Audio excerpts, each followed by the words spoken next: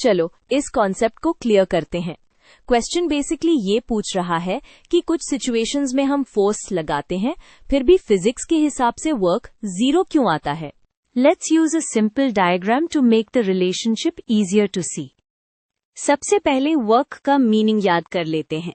Work तब होता है जब फोर्स के साथ साथ डिस्प्लेसमेंट भी हो और डिस्प्लेसमेंट का कंपोनेंट फोर्स की डायरेक्शन में हो। यही चीज दोनों पार्ट्स को डिसाइड करेगी। ये पार्ट बताता है फोर्स और डिस्प्लेसमेंट सेम डायरेक्शन में है या नहीं। पार्ट ए में आप वॉल को पुश कर रहे हो, फोर्स तो लग रहा है लेकिन वॉल मूव ही नहीं करती, मतलब डिस्प्लेसमेंट 0। और डिस्प्लेसमेंट 0 होगा तो वर्क ऑटोमेटिकली 0 ही आएगा, क्योंकि फॉर्मूला में डिस्प्लेसमेंट मल्टीप्लाई हो रहा है।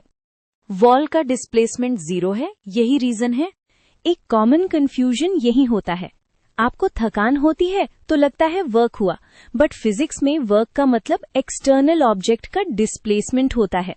यहाँ एनर्जी आपके मसल्स में हीट और इंटरनल लॉसेस की फॉर्म में जाती है, वॉल के मैकेनिकल वर्क में नहीं। अब पार्ट बी, कूली लोड को हेड पर कैरी कर रहा है। लोड पर जो सपोर्टिंग फोर्स लगती है वो अपवर्ड डायरेक्शन में होती है, लेकिन कूली का डिस्प्लेसमेंट हॉरिजॉन्टल डायरेक्शन में होता है। दोनों डायरेक्शंस परपेंडिकुलर यानी एंगल 90 डिग्रीज। परपेंडिकुलर का मतलब कोसाइन वाला factor 0, so work 0।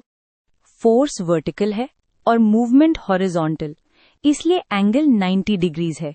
Quick check करें, अगर वही कूली लोड को ऊपर लिफ्ट करे तो डिस्प्लेसमेंट भी अपवर्ड होगा और फोर्स भी अपवर्ड, तब एंगल 0 डिग्रीज होता है, कोसाइन 1 और वर्क नॉन 0 आता है। सो की आइडिया ये है, फोर्स अलोन नहीं, डिस्प्लेसमेंट और डायरेक्शन मैच भी मैटर करता है।